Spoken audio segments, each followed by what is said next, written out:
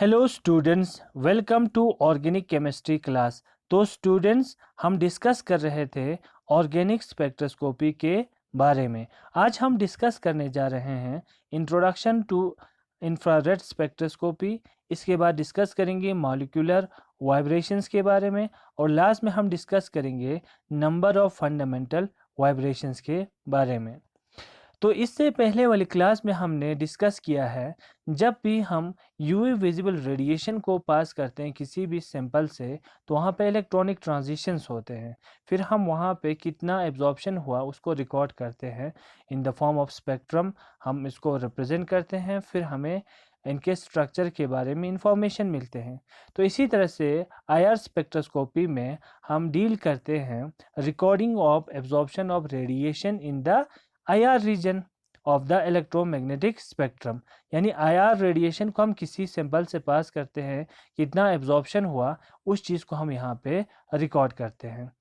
ठीक है, तो अब हम किस तरह से एक्सप्रेस करते हैं कितना रेडिएशन एब्जॉर्ब हुआ, वो इन टर्म्स ऑफ वेवलेंथ भी हम दिखा सकते हैं, जिसको माइक्रोन में ऐसे यूनिट यूज़ करते हैं, या हम in terms of wave number, जो कॉमनली हम यहाँ पे यूज़ करने जा रहे हैं वो वेव नंबर इक्वल टू होता है 1/λ, यानी इन्वर्स रिलेशनशिप होता है किसके बीच में, वेव नंबर और लेम्बडा के बीच में। यानी इन हम ये कह सकते हैं कि हमें पता है जितना लेम्बडा का वैल्यू ज़्यादा होता है, एनर्जी उतनी ही कम होती है ना, फ्रीक्वेंसी उतनी ही कम होती है। तो हम ये कह सकते हैं हमें एनर्जी के बारे में बताते हैं। इसका मतलब जब भी हमें वेव नंबर का वैल्यू ज़्यादा आएगा, इसका मतलब ये है कि इसने एनर्जी ज़्यादा एब्जॉर्ब किया। वेव नंबर अगर यहाँ पे कम होगा तो इसका मतलब ये है कि इसने एनर्जी वहाँ पे कम एब्जॉर्ब किया। तो यहाँ पे हम ऐसे जो यूनिट है वो यहाँ पे in terms of wave number इसको हम डिस्क्राइब करेंगे कितना वहाँ पे रेडिएशन एब्जॉर्ब हुआ, जिसका यूनिट हम सेंटीमीटर इनवर्स लिखते हैं, क्योंकि ये 1/λ है। ठीक है, तो अगर हम in terms of wave number vibrational infrared spectroscopy की यहाँ हम बात करते हैं, जो हम स्टडी करने जाते हैं जा रहे हैं, वो है नियरली जो रीजन है हम डिस्कस करने जा रहे हैं 4000 से लेकर 400 सेंटीमीटर इनवर्स तक के बीच में हम यहाँ पे डिस्कस करने जा रहे हैं। जो भी हम वाइब्रेशनल एब्जॉर्प्शन की बात करते हैं तो इसी रेंज में आएगा। ठीक है, दिस रेंज कॉरस्पॉन्ड टू, अगर वेव लेंथ देंगे तो 2.5 से 25 माइक्रोन तक वहाँ पे इसका वैल्यू आएगा in terms of wave length. अब हम यहाँ देखते हैं कि जब भी एब्जॉर्प्शन होता है आईआर रेडिएशन की, कोई मॉलिक्यूल या कोई सैंपल वहाँ पे एब्जॉर्प्शन करते हैं, वहाँ पे quantized vibrational and rotational energy change होते हैं। जब भी हम किसी सैंपल से आईआर रेडिएशन को पास करते हैं तो वहाँ पे vibrational and rotational energy change होते हैं। यानी जिस तरह से हमने यूवी विजिबल में देखा कि रेडिएशन को यूवी विजिबल रेंज में पास करने से वहाँ पे इलेक्ट्रॉनिक ट्रांजिशन होता था ना, यहाँ पे वाइब्रेशनल या रोटेशनल चेंज होते हैं। यानी मॉलिक्यूल अब पहले एक फ्रीक्वेंसी पे वाइब्रेट कर रहा था, अब वो दूसरी फ्रीक्वेंसी पे ये वाइब्रेट करेगा on absorption of IR radiation. तो वहाँ पे वाइब्रेशनल चेंजेस होते हैं। ठीक है, आईआर रीजन में, यानी मॉलिक्यूल यहाँ पे इस लेवल में वाइब्रेट कर रहा था, अब वो इस लेवल में वाइब्रेट करेंगे, तो यहाँ पे वाइब्रेशनल चेंज होते हैं। क्योंकि वाइब्रेशनल के साथ रोटेशनल चेंज भी होते हैं, तो इसलिए इसको हम vibrational rotational vibrational rotational spectroscopy भी इसको हम कहते हैं। जिस तरह से हमने कहा था कि यूवी विजिबल में एक ब्रॉड बैंड आता है। इस तरह से ब्रॉड बैंड इसलिए आता है क्योंकि जब भी इलेक्ट्रॉनिक ट्रांजिशन होते हैं तो अलोंग विद इलेक्ट्रॉनिक ट्रांजिशन वहाँ पे वाइब्रेशनल और रोटेशनल चेंज भी होते हैं। तो यहाँ पे भी वाइब्रेशन के साथ हमें और रोटेशनल चेंज भी होते हैं। ये चीज़ आप याद रखेंगे यहाँ पे। तो इसलिए हम आईआर स्पेक्ट्रा को वाइब्रेशनल रोटेशनल स्पेक्ट्रा भी कहते हैं, क्योंकि अलोंग हम तो पढ़ रहे थे वाइब्रेशनल के बारे में, लेकिन वाइब्रेशन के साथ रोटेशनल चेंज भी यहाँ पे हमें देखने को मिलते हैं। और ये याद रखना, जो वाइब्रेशनल स्पेक्ट्रा होते हैं वो डिस्क्रीट लाइंस में ऐसे पीक नहीं आते हैं। हमें जो भी पीक मिलते हैं वो थोड़ा सा ब्रॉड पीक मिलते हैं। जो भी पीक मिलेगा थोड़ा सा ब्रॉड, लेकिन इतना ब्रॉड तो नहीं जो यूवी विजिबल में है, उससे थोड़ा सा कम ब्रॉड मिलते हैं। यहाँ पे डिस्क्रीट लाइन नहीं मिलते हैं। डिस्क्रीट लाइन क्यों नहीं मिलते हैं, जो हमने अभी अभी डिस्कस किया था, क्योंकि वाइब्रेशंस के साथ जब भी हम आईआर रेडिएशन को किसी सैंपल से पास करते हैं तो वहाँ पे वाइब्रेशनल एनर्जी लेवल के साथ जो एसोसिएट होते हैं largely closely spaced rotational energy levels होते हैं। और जब भी हम आईआर रेडिएशन को किसी भी सैंपल से पास करते हैं तो अलोंग विथ वाइब्रेशनल चेंज वहाँ पे बहुत सारा रोटेशनल चेंज भी होते हैं। तो इसलिए हमें अगर सिर्फ वाइब्रेशन होता तो हमें डिस्क्रीट लाइन मिलता, लेकिन इस वाइब्रेशन के साथ बहुत सारा क्लोजली स्पेस और रोटेशनल्स भी होते हैं, तो हमें जो बैंड मिलते हैं थोड़ा सा ब्रॉड बैंड यहाँ पे मिलता है। ये आप थोड़ा सा दिमाग में रख सकते हैं कि थोड़ा सा बैंड फॉर्म यानी लाइन की जगह पे हमें थोड़ा सा बैंड क्यों मिलता है, क्योंकि वाइब्रेशन के साथ यहाँ पे रोटेशनल भी ट्रांजिशंस भी होते हैं, तो इसलिए यहाँ पे हमें बैंड मिलता है। तो ये थोड़ा सा इंट्रोडक्शन हुआ आईआर स्पेक्ट्रोस्कोपी का। तो जो हम ऑर्गेनिक केमिस्ट जो मेनली यूज़ करते हैं वो ये वाला रीजन है। इस चीज़ में हम यहाँ पे इस रेंज में हम आईआर रेडिएशन को डिस्कस करने जा रहे हैं। जिस तरह से यूवी विजिबल स्पेक्ट्रा में हमने कुछ ही टाइप के वहाँ पे एब्जॉर्प्शन बैंड्स मिलते थे, लेकिन यहाँ आया रेडिएशन में बहुत सारा एब्जॉर्प्शन बैंड्स मिलते हैं, बहुत सारा एब्जॉर्प्शन बैंड, और उस बहुत सारे एब्जॉर्प्शन बैंड से हमें बहुत सारा इंफॉर्मेशन मिलते हैं about the structure of the molecule. किसी भी मॉलिक्यूल के स्ट्रक्चर के बारे में हमें बहुत सारा इंफॉर्मेशन यहाँ पे मिलते हैं। इन जितने नंबर ऑफ बैंड्स उतने टाइप्स के यहाँ पे इंफॉर्मेशन मिलते हैं। यूजुअली जो हमें इंफॉर्मेशन मिलता है वो फंक्शनल ग्रुप के बारे में इंफॉर्मेशन मिलते हैं, और किस टाइप का बॉन्ड वहाँ पे प्रेजेंट है किसी मॉलिक्यूल में, और उस टाइप का हमें यहाँ पे इंफॉर्मेशन मिलते हैं बाय यूजिंग आईआर स्पेक्ट्रोस्कोपी। अब आपको पता है कि फंक्शनल ग्रुप से ही किसी भी ऑर्गेनिक मॉलिक्यूल की पहचान होती है कि नहीं, कि किसी में OH है तो हम कहेंगे कि ये अल्कोहल मॉलिक्यूल है, किसी में COOH है तो हम कहेंगे कि ये कौन सा मॉलिक्यूल है, कार्बोक्सिलिक मॉलिक्यूल है। तो अगर हमें आईआर जो स्पेक्ट्रोस्कोपी फंक्शनल ग्रुप के बारे में इंफॉर्मेशन देते हैं, मींस हमें कौन सा इंफॉर्मेशन, हमें किसी ऑर्गेनिक मॉलिक्यूल की आइडेंटिफिकेशन में ये क्या करेगा, मदद करेगा कि ये कार्बोक्सिलिक कंपाउंड है या ये कीटोन है या एल्डिहाइड है। तो इस तरह से आइडेंटिफिकेशन ऑफ ऑर्गेनिक कंपाउंड्स में हमें मदद करते हैं कौन, आईआर स्पेक्ट्रोस्कोपी। ठीक है, अब हम डिस्कस करेंगे मॉलिक्यूलर वाइब्रेशंस के बारे में, क्योंकि हमने अभी देखा जब भी आईआर रेडिएशन को पास करते हैं तो वाइब्रेशनल जो होते हैं मॉलिक्यूल्स, उस वाइब्रेशनल मोड जो है वहाँ पे जो वाइब्रेशंस जो होते हैं वो क्या होते हैं, चेंज होते हैं, वाइब्रेशनल ट्रांजिशंस होते हैं, है ना। तो जो भी हमारा आईआर रेडिएशन पास होगा, आपका मॉलिक्यूल क्या करेगा, वाइब्रेट करते रहते हैं। फिर इसकी फ्रीक्वेंसी और इसकी वाइब्रेशनल फ्रीक्वेंसी जब मैच हो जाते हैं तो वहाँ पे आईआर रेडिएशन की एब्जॉर्प्शन होते हैं। अब वो हाई फ्रीक्वेंसी पे ये क्या करेगा, वाइब्रेट करना शुरू करेगा, फिर ये अपनी एनर्जी को एमिट करेगा, फिर से लो लेवल पे यहाँ पे क्या करेगा, वाइब्रेशन करेगा। सिंपल सी बात है। अब हम देखेंगे कि किसी भी ऑर्गेनिक मॉलिक्यूल में कितने टाइप्स के वाइब्रेशन हो सकते हैं, किस टाइप का वाइब्रेशन यहाँ पे होते हैं।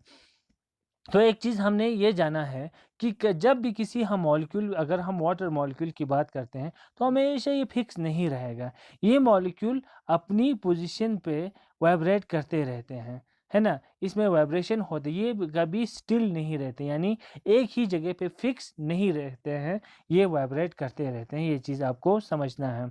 से फॉर एग्जांपल अगर हम यहाँ दो बॉडी लेंगे, इसको एक स्प्रिंग से हम जोड़ देंगे, ठीक है, और इसको स्ट्रेच करेंगे फिर छोड़ देंगे, तो ये वाइब्रेट करते रहते हैं ना, या हम ये तीसरा मॉलिक्यूल भी यहाँ एक स्प्रिंग से एक तीसरा एटम को भी यहाँ पे जोड़ देंगे और स्ट्रेच करेंगे तो वाइब्रेट करता रहेगा। अगर हम इसको बेंड करेंगे तो ये बेंडिंग ऐसे ऐसे करता रहेगा, है ना। तो इसी तरह से मॉलिक्यूल्स भी वाइब्रेट करते रहते हैं, एक जगह पे वो स्टिल या फिक्स नहीं रहते हैं। तो दो मॉलिक्यूल के दो एटम के न्यूक्लियर हम ये कह सकते हैं वाइब्रेट करते हैं, बैकवर्ड या फॉरवर्ड या टुवर्ड्स या अवे। इस तरह से वो अपनी एवरेज पोजीशन से चेंज होते रहते हैं, जिसको हम क्या कहते हैं, वाइब्रेशंस कहते हैं। तो दो टाइप के वाइब्रेशंस होते हैं मॉलिक्यूल में, जिसको हम क्या कहते हैं, फंडामेंटल मॉलिक्यूलर वाइब्रेशंस कहते हैं। जी, एक होता है स्ट्रेचिंग, जिसमें सिर्फ बॉन्ड लेंथ चेंज होते हैं। स्ट्रेच आपको पता है ना कि अलोंग द एक्सिस मॉलिक्यूल कभी ये स्ट्रेच होते हैं, जैसे स्प्रिंग है, दो मास को हम एक स्प्रिंग से जोड़ के रखा है, तो ये कभी स्ट्रेच होगा, ऐसे स्ट्रेच होगा, कभी ये कंप्रेस होगा, लेकिन अलोंग द एक्सिस होता है। उसको हम क्या कहते हैं, कभी इसकी लेंथ बढ़ जाती है, कभी कम हो जाती है, इसी को हम क्या कहते हैं, क्या, स्ट्रेचिंग। दूसरा क्या होता है, बेंड। बेंड होना, बेंड का मतलब क्या है, कभी ये ऐसे होगा, कभी ऐसे होगा, यानी यहाँ पे बॉन्ड एंगल जो होता है वो क्या होता है, चेंज होता है। यानी दो टाइप के फंडामेंटल मॉलिक्यूलर वाइब्रेशंस होते हैं, एक स्ट्रेचिंग होता है, एक बेंडिंग होता है किसी भी मॉलिक्यूल में। अब हम अगर स्ट्रेचिंग की बात करते हैं तो आपको समझ में आया कि रिदमिक मूवमेंट होता है अलोंग द बॉन्ड एक्सिस, है ना। कभी बॉन्ड इंक्रीज होता है साथ में, कभी ये डिक्रीज होता है, कभी इंक्रीज होता है, कभी डिक्रीज होता है। इसी को हम क्या कहते हैं, स्ट्रेचिंग कहते हैं। अब स्ट्रेचिंग भी कितने किस्म के होते हैं, दो किस्म के होते हैं। सिमेट्रिकल होता है, जिसमें एक साथ बॉन्ड लेंथ इंक्रीज होता है, एक साथ डिक्रीज होता है।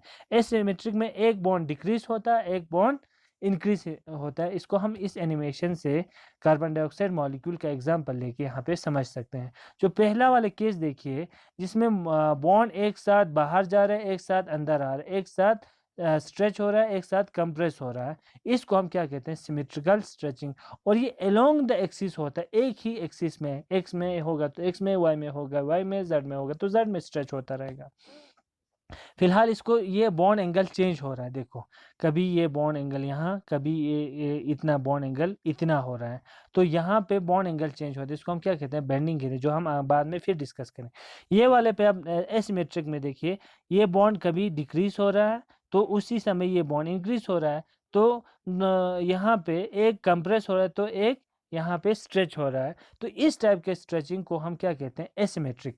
तो दो टाइप के स्ट्रेचिंग हो सकते हैं, एक सिमेट्रिकल हो सकते हैं, एक एसिमेट्रिकल। सिमेट्रिकल में बॉन्ड साथ में इंक्रीज होता है, साथ में डिक्रीज होता है बॉन्ड लेंथ। यहाँ पे एक बॉन्ड लेंथ इंक्रीज होता है, एक बॉन्ड लेंथ डिक्रीज होता है, उसको हम क्या कहते हैं, एसिमेट्रिकल स्ट्रेचिंग कहते हैं। अब हम अगर वाइब्रेशंस की बात करते हैं, बेंडिंग की, तो बेंडिंग में हमने अभी अभी कहा कि बॉन्ड एंगल चेंज होता है, यानी कभी को जो दो ग्रुप है एक दूसरे के पास में आते हैं, कभी वो दूर चला जाता है, जिसकी वजह से वो बॉन्ड एंगल यहाँ पे चेंज होते हैं। और जो बेंडिंग होता है वो चार किस्म के होता है, एक रॉकिंग होता है, सीजरिंग होता है, वैगिंग होता है, ट्विस्टिंग होता है। ठीक है, इसको हम सिंपली एक एनिमेशन से फिर से समझने की कोशिश करते हैं। देखिए, ये वाला पहले वाला हमने डिस्कस किया है, जिसमें बॉन्ड लेंथ इंक्रीज हो रहा है, डिक्रीज हो रहा है साथ में, इसको हम क्या कहते हैं, सिमेट्रिकल स्ट्रेचिंग कहते हैं। एसिमेट्रिक में एक बॉन्ड लेंथ इंक्रीज हो रहा है, एक डिक्रीज हो रहा है, तो वो एसिमेट्रिकल, ये हमारा स्ट्रेचिंग के टाइप हो गए, जो हमने ऑलरेडी एग्जांपल किया है। अब यहाँ पे ये जो है, ये चार टाइप के, ये बेंडिंग टाइप के वाइब्रेशन, ये चार। एक में सीजरिंग होता है। सीजरिंग में क्या होता है, जिस तरह से आप कैंची चलाते हैं ना, कभी कैंची खोलते हैं, कभी बंद होते हैं, एक साथ अंदर आते हैं, एक साथ बाहर जाते हैं, लेकिन ये विद इन द प्लेन होते हैं। यानी आपका मोबाइल का स्क्रीन अगर प्लेन मानेंगे तो आपके मोबाइल के स्क्रीन में ही रहेंगे, एक साथ बाहर जाएंगे, एक साथ अंदर आएंगे, इसको हम क्या कहते हैं, सीजरिंग कहते हैं। ट्विस्ट में क्या होगा, यानी अगर आप अपने मोबाइल के स्क्रीन को मानेंगे यहाँ पे ऐसे प्लेन, तो एक एटम आपकी तरफ आएगा तो दूसरा आपके मोबाइल के स्क्रीन के पीछे की तरफ जाएगा, ट्विस्ट होता रहेगा। और ऑफ द प्लेन, एक प्लेन के ऊपर जाएगा तो एक प्लेन के पीछे चला जाएगा, तो उसको हम क्या कहते हैं, ट्विस्टिंग कहते हैं। अगर हम रॉकिंग की बात करते हैं तो rocking within the plane होता है। फिर से यानी प्लेन में ही अगर आपके मोबाइल की स्क्रीन को हम प्लेन मानेंगे तो दोनों एटम एक ही साथ राइट साइड जाते हैं, एक ही साथ लेफ्ट साइड जाते हैं, एक ही साथ राइट से। जिस तरह से आप गाड़ी का वाइपर देखते हो ना शीशे पे, तो उसी तरह से मूवमेंट करता है, उसको हम क्या कहते हैं, रॉकिंग कहते हैं, विद इन द प्लेन होता है। वेगिंग में क्या हो रहा है देखिए, वेगिंग में ऑर्डर, अगर आपके मोबाइल की स्क्रीन को फिर से प्लेन मानेंगे तो दोनों एटम एक साथ प्लेन के बाहर चला जाता है, फिर प्लेन से अंदर की तरफ आते हैं, तो उसको हम क्या कहते हैं, वेगिंग कहते हैं। तो इस टाइप के 4 टाइप के यहाँ पे वाइब्रेशंस होते हैं।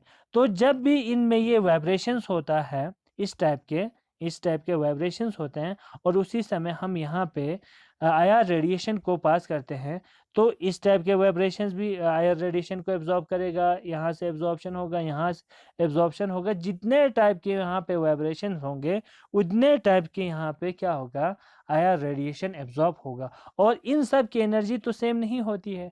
जब सेम नहीं होते तो डिफरेंट एनर्जी लेवल्स पे ये आईआर रेडिएशन को क्या करेगा, एब्जॉर्ब करेगा।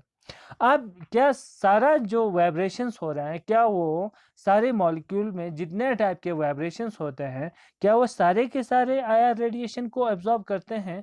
तो उसका आंसर है नहीं। उसके लिए कुछ सिलेक्शन रूल है, उस रूल को हमें फॉलो करना पड़ता है। जब भी आईआर रेडिएशन हम किसी मॉलिक्यूल से पास करते हैं तो वो तभी एब्जॉर्प्शन दिखाएगा जब उसमें चेंज इन डायपोल मोमेंट होगा। यानी वहाँ पे डायपोल मोमेंट क्या होना चाहिए, चेंज होना चाहिए। अगर किसी मॉलिक्यूल में डायपोल मोमेंट चेंज नहीं होते हैं ड्यूरिंग द वाइब्रेशन, तो वो आईआर रेडिएशन को एब्जॉर्ब नहीं करेगा। ऐसे मॉलिक्यूल को हम क्या कहते हैं, आईआर इनएक्टिव कहते हैं। ठीक है ना। से फॉर एग्जांपल ऐसे कोई मॉलिक्यूल जिसमें कंप्लीट सिमेट्री होगा अबाउट ए बॉन्ड, ठीक है, तो वो आईआर रेडिएशन को एब्जॉर्ब नहीं करेंगे। तो जो भी हम एक्सपेक्ट कर रहे थे कि किसी मॉलिक्यूल में इतने फंडामेंटल वाइब्रेशंस होंगे और इतने ही यहाँ पे क्या आना चाहिए, एब्जॉर्प्शन बैंड लेना चाहिए। किसी में 10 फंडामेंटल वाइब्रेशन आ रहे हैं तो हमें 10 बैंड मिलना चाहिए, है ना। हम ये सोच रहे थे, तो इसका मतलब है कि हम गलत सोच रहे हैं कि इतने वहाँ पे जो है बैंड नहीं आएंगे, क्योंकि सिलेक्शन रूल के हिसाब से कुछ जो बैंड होता है वो वहाँ पे फॉरबिडन होता है, वो वहाँ पे नहीं दिखते हैं हमें, because of because there should be change in dipole moment during the vibration. तो किसी किसी वाइब्रेशन में डायपोल मोमेंट जब चेंज नहीं होगा तो वहाँ पे आईआर बैंड हमें नहीं मिलेंगे। ठीक है, कुछ एग्जांपल हम लेके इसको फिर से डिस्कस करेंगे। अब हम ये कह सकते हैं कि यहाँ पे कुछ सिलेक्शन रूल है जिसकी बिना पे हम बोल सकते हैं कि कितने यहाँ पे एब्जॉर्प्शन बैंड मिलेंगे। तो किसी मॉलिक्यूल में अगर सेंटर ऑफ सिमेट्री होगा, हाईली सिमेट्रिक मॉलिक्यूल होगा, तो जो भी वहाँ पे सिमेट्रिकल वाइब्रेशंस होगा about the centre of symmetry, वो आईआर क्या होगा, इनएक्टिव होगा। वहाँ पे कोई भी आईआर रेडिएशन एब्जॉर्ब नहीं होगा। उसको हम क्या कहेंगे, IR active, IR inactive, sorry IR inactive कहेंगे। यानी कोई वाइब्रेशन तो हो रहा है, तो वहाँ से हम रेडिएशन को पास करेंगे, तो क्योंकि ये हाईली सिमेट्रिक है, इसमें सेंटर ऑफ सिमेट्री है, तो इसमें जो सिमेट्रिकल स्ट्रेचिंग हो रहा है, जिसमें एक साथ अंदर एक साथ बाहर जा रहा था ना, उसमें कोई भी आईआर रेडिएशन की एब्जॉर्प्शन नहीं होगी। उसके रिलेटेड हमें यहाँ पे कोई भी बैंड नहीं आएगा। ठीक है, तो वो सिग्नल यहाँ पे मिस होगा, उसको हम क्या कहेंगे, आईआर एक्ट। लेकिन जो भी मॉलिक्यूल अगर जो भी वाइब्रेशन होगा which are not symmetrical about centre of symmetry, वो सिमेट्रिकल नहीं होगा, तो वो क्या होगा, आईआर एक्टिव होगा। कुछ एग्जांपल लेंगे तो आपको और आसानी से समझ आएगा। जैसे कि जितने भी सिमेट्रिक डाई एटॉमिक मॉलिक्यूल्स है, जैसे हाइड्रोजन, नाइट्रोजन, क्लोरीन, ये सारा क्या है, आईआर इनएक्टिव है। यानी इन मॉलिक्यूल से अगर आप आईआर रेडिएशन को पास करेंगे तो वहाँ पे कोई भी सिग्नल, कोई भी बैंड आपको नहीं मिलेगा। क्यों? क्योंकि जो हाइड्रोजन है इसमें सेंटर ऑफ सिमेट्री है ना। इसमें जो यहाँ पे क्या पॉसिबल, सिर्फ स्ट्रेचिंग ही पॉसिबल है ना। एक साथ ये अंदर आएगा, एक साथ ये बाहर जाएगा, सिमेट्रिकल स्ट्रेचिंग होगा, और तो कोई पॉसिबिलिटी नहीं है ना। तो यहाँ पे चेंज इन डायपोल मोमेंट नहीं होगा, यहाँ पे change in dipole, same atom है, एक साथ बाहर जा रहा है एक साथ अंदर है, तो चेंज इन डायपोल मोमेंट नहीं होगा। और हमें पता है जब भी चेंज इन डायपोल मोमेंट नहीं होता है तो वहाँ पे आईआर एब्जॉर्प्शन नहीं होता है। तो इन शॉर्ट ऐसे इसमें एब्जॉर्प्शन होगा कि नहीं होगा, इसको समझने के लिए हम सीधा एक रूल को देखेंगे जिसमें सेंटर ऑफ सिमेट्री होगा, यानी ऐसे मॉलिक्यूल जिनमें सेंटर ऑफ सिमेट्री, जैसे हाइड्रोजन है, इसमें सेंटर ऑफ सिमेट्री अगर हम सेंटर से देखेंगे, यहाँ पे एग्जैक्टली यहाँ जाएंगे तो यहाँ हाइड्रोजन हमें मिल रहा है, एग्जैक्टली उसी डायरेक्शन अपोजिट डायरेक्शन में हम जाएंगे, यहाँ पे हाइड्रोजन है। तो इस मॉलिक्यूल में सेंटर ऑफ सिमेट्री, इसी तरह से क्लोरीन में भी सेंटर ऑफ सिमेट्री, इसी तरह से नाइट्रोजन में भी सेंटर ऑफ सिमेट्री है। जिनमें सेंटर ऑफ सिमेट्री होता है ना, ऐसे मॉलिक्यूल आईआर इनएक्टिव होता है, उसमें कोई एब्जॉर्प्शन बैंड हमें नहीं मिलेगा आईआर स्पेक्ट्रोस्कोपी में। ठीक है, तो अगर हम symmetrical stretching of carbon carbon double bond की बात करते हैं, इथाइलिन जिसमें सेंटर ऑफ सिमेट्री होगा वो क्या होगा, आईआर इनएक्टिव होगा। Say for example C double bond सी,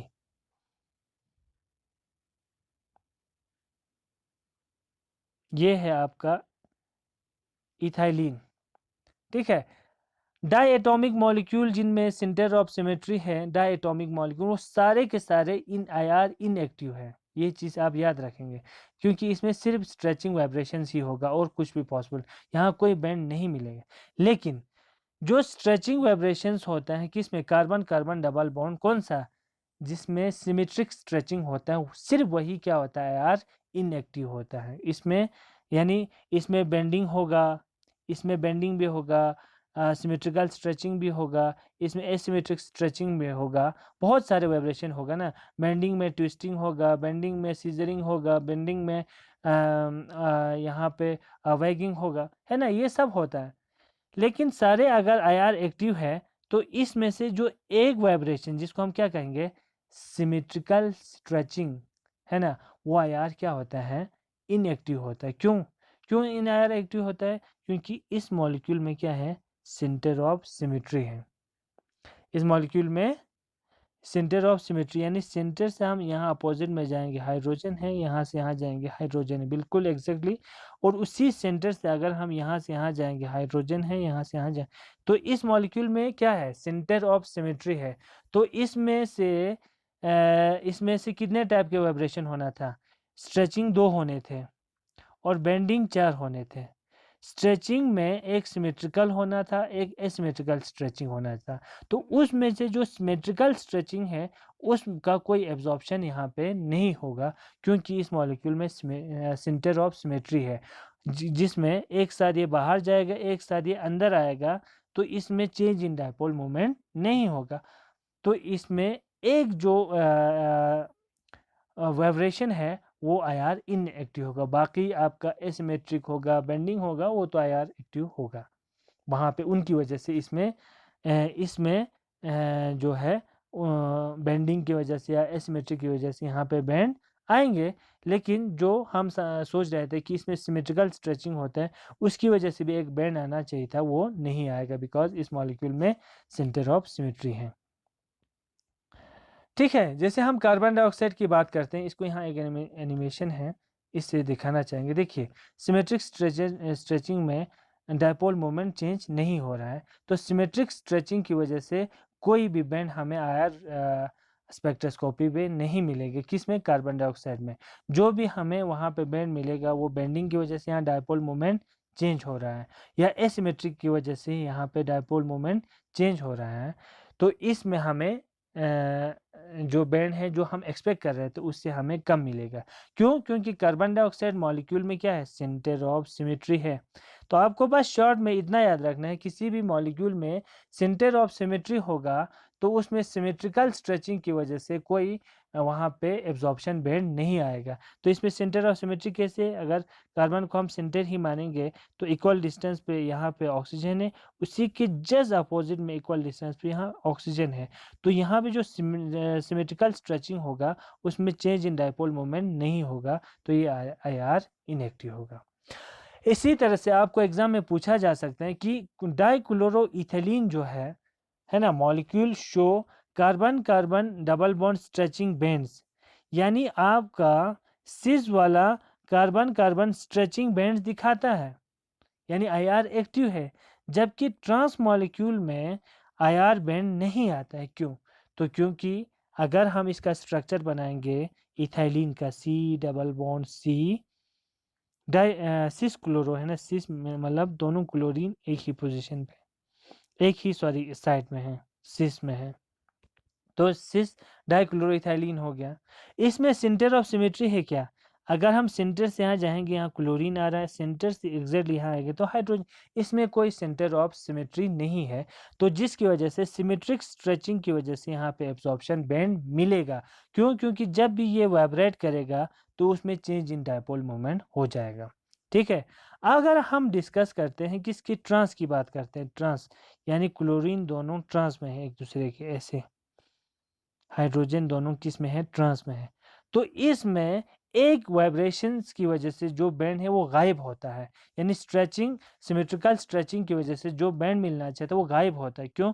क्योंकि इसमें देखिए सेंटर ऑफ सिमेट्री है, सेंटर से अगर हम यहाँ जाएंगे क्लोरीन है, यहाँ जाएंगे क्लोरीन है, और एग्जैक्टली उसी सेंटर से हम यहाँ जाएंगे हाइड्रोजन है, अपोजिट एंड इक्वल डिस्टेंस पे यहाँ पे हाइड्रोजन है, तो इस मॉलिक्यूल में सेंटर ऑफ सिमेट्री है, तो इसमें जो stretching vibration, symmetrical stretching vibration है, उसकी वजह से यहाँ पे आईआर बैंड नहीं आएगा, ये आईआर इनएक्टिव होगा, क्योंकि इसमें चेंज इन डायपोल मोमेंट नहीं होगा। तो ऐसे आप बस आपको याद रखना है किसी मॉलिक्यूल में सेंटर ऑफ सिमेट्री है कि नहीं, उस मॉलिक्यूल में सेंटर ऑफ सिमेट्री होगा तो वहाँ पे स्ट्रेचिंग, सिमेट्रिकल स्ट्रेचिंग वाइब्रेशंस की वजह से वहाँ पे आईआर बैंड नहीं आएगा, वो वाइब्रेशन आईआर इनएक्टिव होगा, बाकी जो आएगा वो रिमेनिंग वाइब्रेशंस की वजह से आएगा।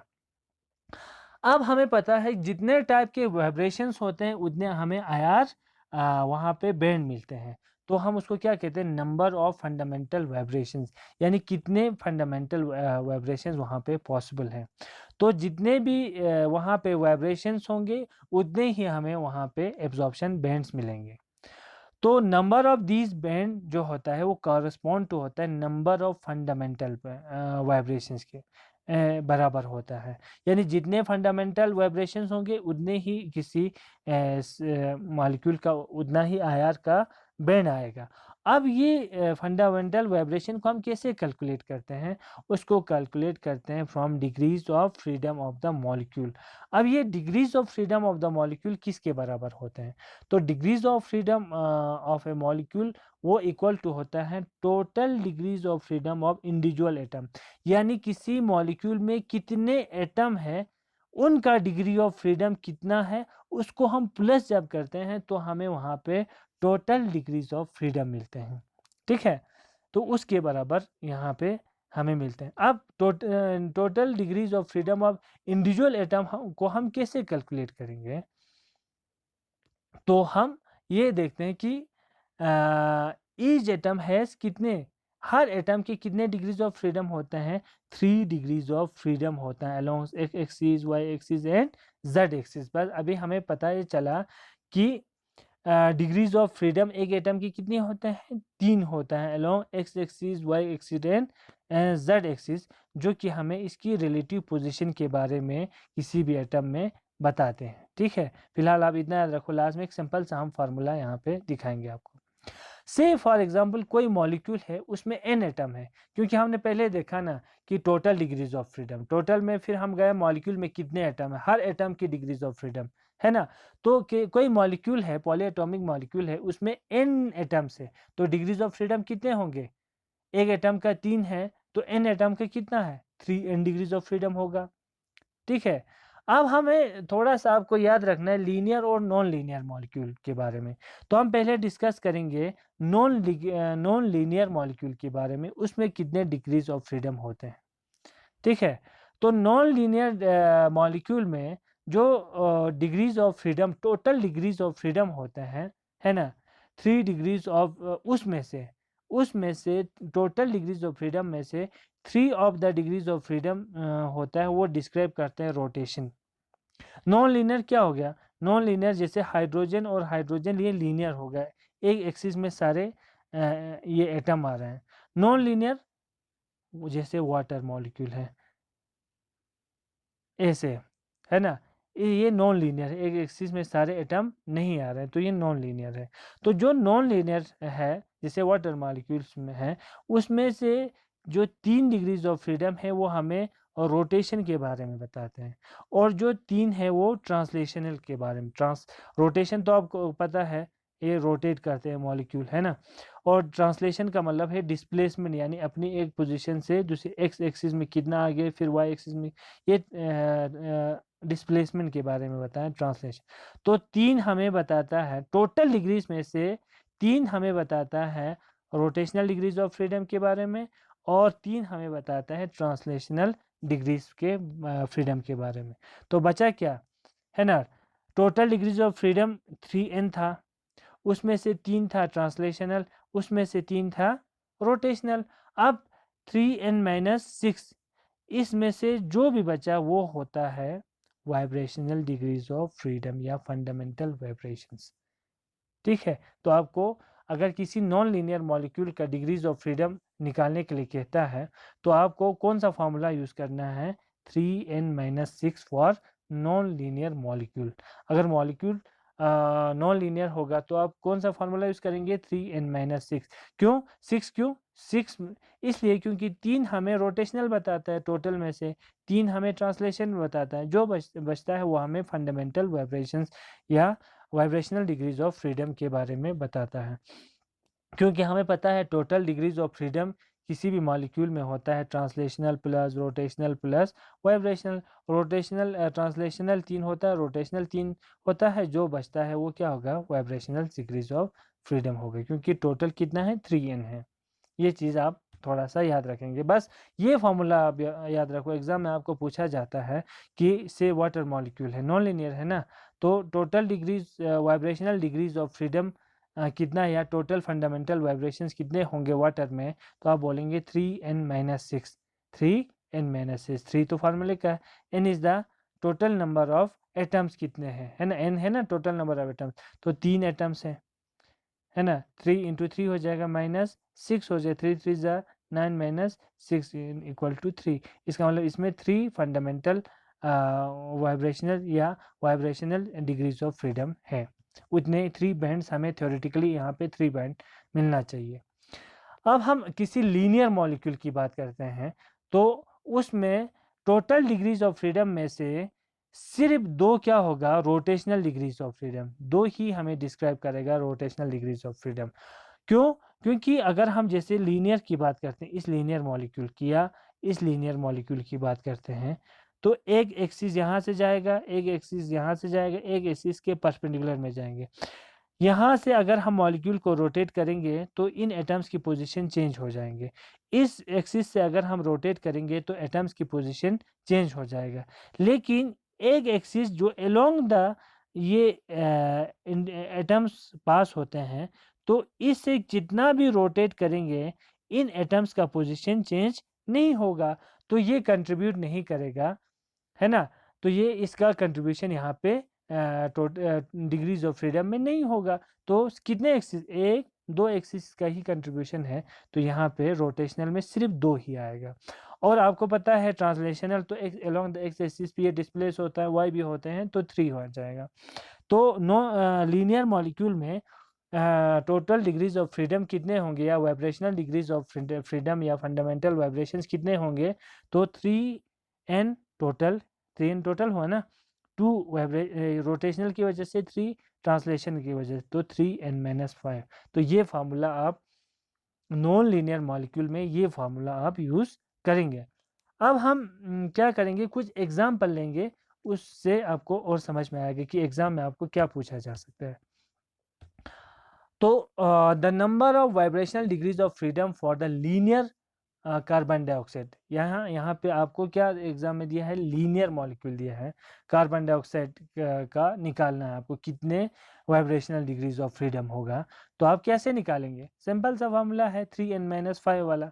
तो नंबर ऑफ एटम्स कितना है, 3 है ना, 3 है ना, C double bond O 3 atoms है, एक कार्बन है, 2 ऑक्सीजन है। इसके बाद हमें क्या है, टोटल डिग्रीज ऑफ फ्रीडम कितना है, टोटल डिग्रीज ऑफ फ्रीडम कितने के बराबर, 3n के बराबर होता है ना। 3 फार्मूले का n है नंबर ऑफ एटम्स, तो 3 इंटू 3 9। फिर इसके बाद हमें क्या निकालना है, रोटेशनल डिग्रीज ऑफ, क्योंकि ये मॉलिक्यूल लीनियर है तो वो कितना आएगा 2, तो ट्रांसलेशन कितना होगा 3, और वाइब्रेशनल डिग्रीज ऑफ फ्रीडम कितना होगा 9 माइनस 2 माइनस 3। या इन शॉर्ट आप जब भी non linear sorry linear molecule देखेंगे तो फार्मूला आप लिखेंगे 3n माइनस 5। 3 आपका फार्मूले के n is the total number of atoms, atoms कितने हैं 3, 5 क्या है फार्मूले का है, तो 9 माइनस 5 कितना हुआ 4 वाइब्रेशनल डिग्रीज ऑफ फ्रीडम हो गए। इसमें फंडामेंटल वाइब्रेशन कितने होंगे 4। तो कितने बैंड मिलेंगे हमें यहाँ पे 4। थ्योरेटिकली बोल रहे हैं अभी, तो आप प्रैक्टिकली तो आप अलग देखेंगे। थ्योरेटिकली हमें कितना मिलना चाहिए यहाँ पे 4 बैंड मिलना चाहिए, किसमें कार्बन डाइऑक्साइड में। ठीक है, तो अब और एग्जाम्पल लेंगे इसमें हम नॉन लीनियर का, जैसे C2H6 है, नॉन लीनियर है ना, C2H6 CH3 CH3 इथेन है ना, ये नॉन लीनियर है, ये लीनियर नहीं है, एक एक्सिस में सारे एटम्स नहीं आ रहे हैं। तो नंबर ऑफ एटम्स 8 है, और आपको रोटेशनल कितना होगा, टोटल डिग्रीज ऑफ फ्रीडम कितना होगा, टोटल 3 इंटू 8 आएगा 24 होगा। रोटेशनल कितना होगा 3 होगा, और ट्रांसलेशनल कितना होगा 3 होगा। तो vibrational degrees of freedom 24 into क्या हो जाएगा -3 -3 18 हो जाएगा। तो इतने यहाँ पे थ्योरेटिकल बैंड हमें मिलने चाहिए, इतने वाइब्रेशनल डिग्रीज ऑफ फ्रीडम हो। या इन शॉर्ट आप फार्मूला ये लिखिए 3n माइनस 6, क्योंकि नॉन लीनियर है। 3 नंबर ऑफ एटम्स कितने हैं इसमें, तो C2H6 में 6 हाइड्रोजन 2 कार्बन है, तो 8 एटम्स है, फार्मूले का 6 3 24 माइनस 6, तो कितना आ जाएगा यहाँ पे 18 आपको यहाँ पे फंडामेंटल वाइब्रेशंस होंगे। ठीक है, तो हम ये कह सकते हैं कि थ्योरेटिकली इसमें कितना मिलना चाहिए हमें 18 बैंड मिलना चाहिए। तो स्टूडेंट्स आई होप आप लोगों को आज का लेक्चर समझ में आया होगा। अगर नहीं आया तो फिर से आप व्हाट्सएप पे या आपको गूगल क्लासरूम पे कमेंट कर सकते हैं, या मेरे से सीधे कांटेक्ट कर सकते हैं। तो आज के लिए इतना काफ़ी है, तो थैंक यू वेरी मच।